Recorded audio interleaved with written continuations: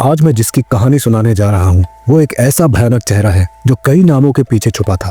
Jeff Davis, Jack Elon और teddy बेडर्ड। इन नामों के पीछे एक ऐसा शख्स था जिसे हिस्ट्री ने शायद भुला ही दिया है। एक ऐसा आदमी जो जेल की सलाखों के पीछे से बार बार बच निकलता रहा, एक या दो बार नहीं बल्कि पूरे 9 बार तक, जिसने अपराध की दुनिया में इतना डर पैदा किया कि उसकी कहानी सुनना भी किसी के लिए आसान नहीं है। ये कोई आम अपराधी नहीं था। आज के हिस्टोरियंस और क्राइम एक्सपर्ट्स उसे अमेरिका के सबसे खतरनाक और क्रूर सीरियल किलर्स में गिनते हैं। एक ऐसा आदमी जिसने बिना कोई पछतावा दिखाए जहां भी गया वायलेंस और मौत के सिवा कुछ नहीं छोड़ा। आखिर क्या वजह थी जिसने इसे इतना क्रूएल और वायलेंट बना दिया? कैसे वो बार बार कानून की पकड़ से बचता रहा? और आखिर ऐसा क्या है जो इसे बाकी सीरियल किलर्स से अलग बनाता है? ये कहानी है कार्ल पंजराम की। नमस्कार, मैं हूं साइलो और आप देख रहे हैं हिंदी क्राइम एक्सपोज। अगर आपको दुनिया भर से क्राइम और इन्वेस्टिगेशन की दिलचस्प कहानियां सुनना अच्छा लगता है तो चैनल को जरूर सब्सक्राइब करें और हाँ, वीडियो पसंद आए तो लाइक करना ना भूलें। साथ ही बेल आइकन दबा लें ताकि जैसे ही नई वीडियो आए आपको फौरन नोटिफिकेशन मिल जाए। आपके प्यार और सपोर्ट के लिए दिल से धन्यवाद। तो आइए कहानी में आगे बढ़ते हैं। चार्ल्स कार्ल पेंजराम का जन्म जून 28, 1891 को अमेरिका में मिनेसोटा के ईस्ट ग्रैंड फॉक्स में हुआ था। उसके माता पिता जॉन और मैथिल्डा पेंजराम जर्मनी के ईस्ट प्रशिया से आए थे। जब कार्ल छोटा था तभी उसके पिता जॉन ने परिवार को छोड़ दिया, जिसके बाद मैथिल्डा को अकेले ही खेतों में मेहनत करनी पड़ी और उसके साथ सिर्फ कार्ल और उसके 4 भाई बहन ही थे। अभी कार्ल की उम्र महज 8 साल थी कि उसे नशे की हालत में कोर्ट के सामने पेश किया गया। फिर जब वो 12 साल का हुआ तो उसने एक पड़ोसी के घर से खाना और एक रिवॉल्वर चुरा लिया, जिसके चलते उसे दोबारा कोर्ट में खड़ा होना पड़ा। इसके बाद उसके माता पिता ने उसे मिनीसोटा स्टेट ट्रेनिंग स्कूल में भेज दिया, जो देखने में एक सुधार गृह यानी रिफॉर्म स्कूल था, लेकिन असल में ये एक बहुत स्ट्रिक्ट जेल जैसा था। यहाँ कार्ल को बेहद यातनाएं झेलनी पड़ी, मारपीट, भूखा रखा जाना और शायद यौन शोषण भी। कुछ लोगों का मानना है कि शायद यहीं पर उसने अपना पहला कत्ल किया था, हालांकि इस बात को आज तक कंफर्म नहीं किया गया। स्टेट ट्रेनिंग स्कूल में कार्ल की जिंदगी और भी बदतर हो गई। वहाँ उसे न सिर्फ दूसरे बच्चों ने पीटा बल्कि स्कूल के स्टाफ ने उसे टॉर्चर किया और कुछ ने तो उसके साथ रेप भी किया। इन सब ने उसके अंदर गुस्से की आग भर दी। एक दिन इसी गुस्से में उसने स्कूल की बिल्डिंग में आग लगा दी। यह उसका पहला अपराध था। जब अधिकारियों ने उससे पूछताछ की तो कार्ल ने उन्हें झूठी कहानी सुना दी और हैरानी की बात यह है कि उसकी बातों पर यकीन करके उसे छोड़ दिया गया। कार्ल वापस घर लौटा और स्कूल जाने लगा, लेकिन उसकी गैंगस्टर वाली मानसिकता वही थी। एक दिन तो उसने क्लास में ही अपनी टीचर को मारने की धमकी दे डाली। उसने पूरी क्लास के सामने अपनी गन निकाली, मगर तभी गन उसकी जेब से गिर गई। इसी बीच टीचर ने होशियारी दिखाते हुए गन को दूर फेंक दिया। मर्डर का यह प्लान फेल होने के बाद कार्ल ने फौरन वहां से भागने का फैसला किया और वो वहां से गायब हो गया। और ये उसके लिए एक नए अंधेरे सफर की शुरुआत थी। ट्रेन की पटरियों पर भटकता कार्ल जिंदगी का सबसे डार्क चैप्टर लिख रहा था। हर नया दिन उसके लिए नई तकलीफ लेकर आता। बेघर होकर ट्रेनों में सफर करते हुए कई बार अजनबियों ने उसके साथ जबरदस्ती की। जब उसने रेलवे पुलिस से शिकायत की तो उन्होंने न सिर्फ मदद करने से इनकार किया बल्कि खुद उसे पीट पीट कर अधमरा कर दिया। ये वो वक्त था जब कार्ल ने सीखा कि इस दुनिया में कमजोरों के लिए कोई जगह नहीं है। उनके साथ सिर्फ जानवरों जैसा व्यवहार होता है। हर कोई उसे तोड़ने पर तुला था, चाहे वो अजनबी हो या कानून के रखवाले। समय बीतता गया और कार्ल को चोरी की एक केस में गिरफ्तार कर लिया गया। उसे फिर से एक जुवेनाइल प्रिजन में डाल दिया गया, मगर 1907 में उसने जिमी बेंसन नाम के एक और कैदी के साथ मिलकर जेल से भागने का प्लान बनाया और वो दोनों पश्चिम की तरफ निकल पड़े। इन दोनों ने अपने सफर में चर्चों को लूटा और फिर उनमें आग लगा दी। कार्ल ने अपनी लिखी किताब में इन घटनाओं को बस एक पुराना शौक बताया। दरअसल उसके बचपन में मिनेसोटा में उस पर जबरन धर्म थोपा गया था, जिसकी वजह से उसके अंदर धर्म के प्रति गहरी नफरत पैदा हो गई थी। उसी साल कार्ल को अमेरिकी आर्मी में भर्ती कर लिया गया, जब वो शराब पीकर मोंटाना में घूम रहा था। ये तो बस उसकी जिंदगी का एक छोटा सा चैप्टर भर था, क्योंकि जल्द ही उसे चोरी और बाकी अपराध के आरोप में पकड़ लिया गया। उसे फोर्ट लेवनवर्थ की सख्त जेल में 2 साल की सजा काटनी पड़ी। जब वो वहां से छूटा तो आर्मी से उसे बेइज्जत करके निकाल दिया गया। इसके बाद कार्ल फिर से चोरी, डकैती और भटकने वाली जिंदगी में लौट आया। उसे कई बार फिर से जेल जाना पड़ा। हर नई जेल में वो अलग अलग नामों से जाना जाता था। जेल के अधिकारियों को उससे खासी नफरत थी, क्योंकि वो अक्सर गार्ड्स की बातें नहीं मानता और उन पर हमला कर देता था। नतीजा, उसे बेहद क्रूर सजाएं मिलती। कोठरी में बंद करना, भूखा रखना या उसके हाथों और पैरों को बांध देना। बस कुछ ही वक्त ऐसा था जब कार्ल ने अपराध नहीं किया। एक तो जब वो स्ट्राइक ब्रेकर यानी हड़ताल तोड़वाने वाले के तौर पर काम कर रहा था, दूसरी बार उसने यूएस आर्मी के एक जहाज पर स्टीवर्ड की नौकरी पाने की कोशिश की, मगर उसके नशे की लत की वजह से उसे वहां से भी निकाल दिया गया। ये सब बताता है कि कार्ल के लिए एक नॉर्मल जिंदगी जीना बिल्कुल नामुमकिन था, चाहे वो जेल में हो या बाहर। कार्ल खुद को गुस्से का जीता जागता रूप मानता था। 6 फुट लंबा और 90 किलो का यह दरिंदा अपने शरीर को सालों की मजदूरी और जेल की सजा का नतीजा बताता था। उसे दूसरों को डराने, चीजें तोड़ने फोड़ने और आग लगाने में मजा आता था। लेकिन सबसे खतरनाक बात यह थी कि जिन मर्दों को वो लूटता उनके साथ बलात्कार भी करता था। कार्ल के लिए ये उन पर काबू पाने का तरीका था। 1 जून 1915 को उसने ओरेगन के एक घर में डकैती की, मगर चोरी का सामान बेचते वक्त पुलिस ने उसे पकड़ लिया। उसे 7 साल की जेल हुई। वहां का जेलर हैरी मिंटो बहुत स्ट्रिक्ट था। वो कैदियों को बुरी तरह पीटता और अंधेरी कोठरी में बंद कर देता था। कार्ल जैसे खतरनाक कैदी के लिए तो और भी बुरा टॉर्चर तैयार था। कार्ल ने जेलर को चुनौती देते हुए कसम खाई कि वो पूरी सजा कभी नहीं काटेगा। ओरेगन जेल में पहले ही साल के दौरान कार्ल और उसका साथी कैदी ऑटो होकर जेल से फरार हो गए। भागते समय ऑटो ने जेलर मिंटो को मार डाला, जिससे कार्ल भी हत्या का आरोपी बन गया। पकड़े जाने और वापस जेल आने के बाद कार्ल को कई बार अलग अलग सजा दी गई और उसे 61 दिनों तक अकेले काल कोठरी में रखा गया। 2 साल बाद 18 सितंबर 1917 को उसने दोबारा भागने की कोशिश की। इस बार पुलिस के साथ उसकी 2 बार गोलीबारी हुई, जिसके बाद वो फिर पकड़ा गया।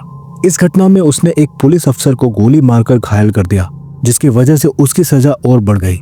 आखिरकार 12 मई 1918 को कार्ल अपनी जेल की सलाखों को आरी से काटकर एक बार फिर जेल से फरार हो गया। उसने अपनी मूछें शेव कर ली और जॉन ओ लियरी के नकली नाम से फिर से अपना खूनी खेल शुरू कर दिया। साल 1920 में कार्ल ने न्यू हेवन कनेक्टिकट में पूर्व अमेरिकी राष्ट्रपति विलियम हावर्ड टाफ्ट के घर में चोरी की। कार्ल टाफ्ट से बदला लेना चाहता था, क्योंकि जब वो फोर्ट लेमनवर्थ जेल में था तब टाफ्ट सेक्रेटरी ऑफ वॉर थे और उन्होंने ही कार्ल की जेल की सजा को मंजूरी दी थी। घर से बड़ी मात्रा में पैसे और जेवरात चुराने के अलावा कार्ल ने टाफ्ट की .45 कैलिबर कोल्ट पिस्टल भी चुरा ली।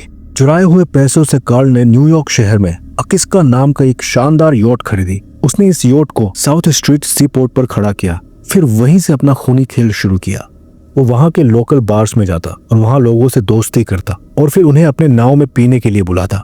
उसके बाद वो उन्हें लूटता, बलात्कार करता और हत्या करके उनकी लाशों को लॉन्ग आइलैंड साउंड के एग्जीक्यूशन रॉक लाइट हाउस के पास फेंक देता। ये खूनी सिलसिला पूरे 1 साल तक चला, जिसमें उसने 10 मर्दों को मार डाला।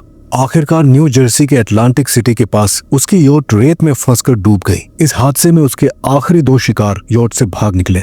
इसके बाद कार्ल कुछ समय तक भटकता रहा, पुलिस से गोलीबारी की और फिर एक जहाज के जरिए अफ्रीका पहुंच गया। वो पोर्तुगीज ऑक्युपाइड अंगोला शहर के लुआंडा में उतरा, जहां से उसके जीवन का एक और खूनी चैप्टर शुरू होने वाला था। कार्ल ने सिंक्लेयर ऑयल कंपनी में फोरमैन की नौकरी शुरू की। अंगोला में रहते हुए एक दिन उसे तेल रिग के पास 11-12 साल का एक बच्चा घूमता हुआ दिखा। इस मासूम को वो पास में ही एक गड्ढे के पास ले गया, उसके साथ बलात्कार किया और फिर उसे बुरी तरह मार डाला। कार्ल यही नहीं रुका, उसने लिबिडो बे के पास मगरमच्छ देखने के बहाने 6 लोगों को एक किराए के नाव पर ले गया। समुद्र में जाकर उसने एक एक कर सभी को गोली मार दी और उनकी लाशों को मगरमच्छों के सामने फेंक दिया।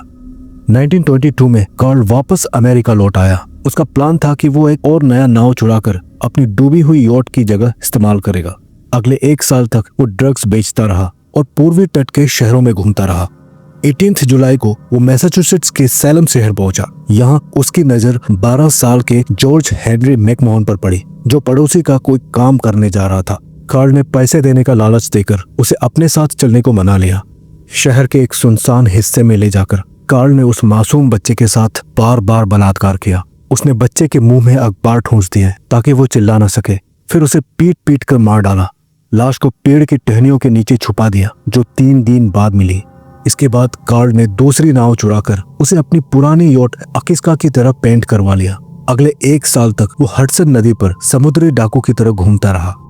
27 जून 1923 को उसने अपनी नाव को एक शख्स को बेचने की कोशिश की। डील के दौरान कार्ल ने उस आदमी के सिर में 2 गोलियां मार दी और बाद में दावा किया कि वो उसे लूटने आया था। इस अपराध में गिरफ्तार होने पर कार्ल ने अपने वकील को धोखा देते हुए अपनी चोरी की हुई यॉट को बेल की फीस के तौर पर दे दी। जेल से छूटते ही वो शहर छोड़कर कनेक्टिकट भाग गया। इस दौरान उसने न्यू हेवन में एक अनजान लड़के के साथ बलात्कार किया और हत्या का दावा भी किया। अगस्त के महीने में कार्ल ने फिलाडेल्फिया में 14 साल के अलेक्जेंडर लोजाक की बेरहमी से हत्या कर दी और फिर न्यूयॉर्क की तरफ भाग निकला। 23 अगस्त को उसने जॉन ओलियरी के नकली नाम से लार्चमोंट ट्रेन डेपो में चोरी करने की कोशिश की, लेकिन इस बार उसे पकड़ लिया गया। जेल में उसने पुलिस को बताया कि वो ओरेगन में एक पुलिस अफसर को गोली मारकर जेल से भागा हुआ वांटेड अपराधी है, मगर पुलिस ने उसकी बात पर यकीन नहीं किया। कार्ल ने अपनी सजा कम करने के लिए गुनाह कबूल कर लिया, लेकिन कोर्ट ने उसे रहम नहीं दिखाया। उसे डेनामोरा की strict jail Clinton correctional facility में 5 साल के लिए भेज दिया गया। 1928 में छूटने तक इस जेल में उसे गार्ड्स ने बुरी तरह टॉर्चर किया। बदले में कार्ल ने भी दूसरे कैदियों के साथ भी वही किया और मारना पीटना शुरू कर दिया। जेल में कार्ल ने एक गार्ड को मारने की कोशिश की, वर्कशॉप में आग लगाने की साजिश रची और एक बार भागने की कोशिश में बुरी तरह घायल हो गया, लेकिन लंबे समय तक उसे कोई मेडिकल ट्रीटमेंट तक नहीं मिला। 26 जुलाई को जेल से छूटते ही वो फिर फिलाडेल्फिया पहुंचा, जहां उसने 14 साल के अलेक्जेंडर ओजाकी को गला घोंटकर मार डाला। इसके बाद तो उसने एक के बाद एक चोरियां करते हुए बाल्टीमोर में एक और शख्स की हत्या कर दी, जब तक कि वॉशिंगटन डीसी में उसे फिर से गिरफ्तार नहीं कर लिया गया। मुकदमे से पहले जेल में बंद रहने के दौरान कार्ल खुद ही हर किसी के साथ अपने अपराध के डिटेल्स शेयर करता था, खासकर उन मासूम बच्चों की हत्याओं के बारे में। जब गार्ड्स ने इन दावों पर गौर किया और दूसरी जगहों से पूछताछ की, तो कार्ल के कई नकली नाम और उसके किए अपराध सामने आए। इन सब के बीच एक 26 साल के जेलर हेनरी लेसर ने उसके साथ थोड़ी दया दिखाई, जिसके बाद कार्ल ने उसे अपना दोस्त बना लिया। हेनरी ने कार्ल की कहानी सुनने में दिलचस्पी दिखाई। उसने कार्ल को एक पेंसिल और कागज देकर अपने जुर्म और जीवन के बारे में लिखने को कहा। कार्ल ने पूरे डिटेल्स में अपनी आत्मकथा लिखी, अपने सभी अपराध, अपने विचार और इंसानों से नफरत करने वाली सोच के बारे में सब कुछ खुलकर बयान किया। नवंबर में मुकदमे के दौरान कार्ल ने बिना झिझक अपने सभी जुर्म कबूल कर लिए और खुद ही अपना बचाव करने की कोशिश की। नतीजा ये हुआ कि उसे जल्दी ही दोषी ठहराया गया और 25 साल की जेल की सजा सुनाई गई। लेकिन आयरनी ये थी कि उसे जिस जेल में भेजा गया वो कोई और नहीं बल्कि फोर्ट लेवेनवर्थ ही था, वही जेल जहां उसने कई सालों पहले भागने की कोशिश की थी। जेल पहुंचते ही उसने वार्डन टीबी वाइट को साफ कह दिया, जो पहला आदमी मुझे तंग करेगा मैं उसे मार डालूंगा। इस धमकी के बाद जेल प्रशासन ने उसे दूसरे कैदियों से अलग रखने का फैसला किया। उसे लॉन्ड्री का काम सौंपा गया ताकि वो अकेले काम कर सके। हालांकि कार्ल पूरी तरह अकेला नहीं था। रॉबर्ट वार्न के नाम का एक स्ट्रिक्ट लॉन्ड्री फोरमैन उस पर नजर रखता था, जो अपनी स्ट्रिक्ट डिसिप्लिन के लिए मशहूर था। 20 जून 1929 को कार्ल ने अपना आखिरी कत्ल किया। जब रॉबर्ट अपने चेयर पर बैठ रहा था, कार्ल ने एक लोहे की रोड से उसके सिर पर बुरी तरह वार किया और उसे मार डाला। जिन कैदियों ने यह मर्डर देखा, कार्ल ने उन पर भी हमला करने की कोशिश की और इसी तरह लॉन्ड्री फोरमैन रॉबर्ट कार्ल पेंजराम का आखिरी शिकार बना। 14 अप्रैल 1930 को उसका मुकदमा शुरू हुआ। कोर्ट में कार्ल मुस्कुराता रहा और गवाहों को चिढ़ाता रहा। ज्यूरी का फैसला सुनाने में सिर्फ 45 मिनट लगे। उसे मौत की सजा सुनाई गई। फांसी से पहले के महीनों में कार्ल ने किसी भी तरह की अपील करने से मना कर दिया। मौत की सजा के खिलाफ बोलने वालों और ह्यूमन राइट्स एक्टिविस्ट्स की मदद भी ठुकरा दी। उसने उस समय के राष्ट्रपति हर्बर्ट हूवर को खत लिखकर कहा कि वो अपनी सजा कम नहीं करवाना चाहता।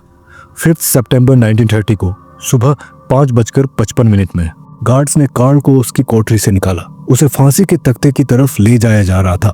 फांसी के तख्ते पर खड़े होते वक्त वहां सिर्फ कुछ गार्ड्स और रिपोर्टर्स ही मौजूद थे। जल्लाद ने जब कार्ल के सिर पर काला कपड़ा डाला तो कहते हैं कि उसने उसके चेहरे पर थूक दिया।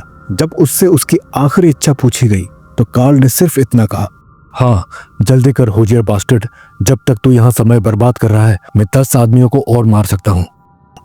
यहाँ होजियर बास्टर्ड का मतलब है इंडियाना का हरामी। होजियर शब्द इंडियाना राज्य के लोगों के लिए इस्तेमाल होता है। ये लाइन पेंजराम ने गुस्से और इंसल्ट करने के लिए कहा था, ताकि वो अपनी मौत से पहले भी दूसरों को नीचा दिखा सके। वो मरते दम तक नफरत और घमंड से भरा हुआ था। सुबह 6:03 कार्ल पेंजराम को फांसी दे दी गई। तख्ते से 1.5 मीटर नीचे गिरते ही तड़पते हुए उसकी गर्दन टूट गई। 6:18 में उसे आधिकारिक तौर पर मृत घोषित कर दिया गया। उसकी उम्र थे सिर्फ 39 ईयर्स। कोई भी उसके मरने के बाद उसके शव को लेने नहीं आया, इसीलिए उसे लेवेनवर्थ जेल के कब्रिस्तान की 6th रो के कब्र नंबर 24 में दफना दिया गया। उसकी कब्र के पत्थर पर सिर्फ उसका कैदी नंबर 31614 लिखा है। कोई नाम नहीं, कोई मैसेज नहीं। कार्ल पेंजराम की यह कहानी हमें एक ऐसे इंसान की झलक दिखाती है जिसने दुनिया से सिर्फ नफरत ही बांटी, लेकिन सवाल यह है कि क्या ऐसा इंसान पैदा होता है या हालात उसे ऐसा बना देते हैं? अपनी राय कमेंट में जरूर बताएं। तो आज की कहानी बस यहीं तक। मैं अगली बार फिर आऊंगा एक नई कहानी लेकर। तब तक के लिए अपना ख्याल रखें। नमस्कार।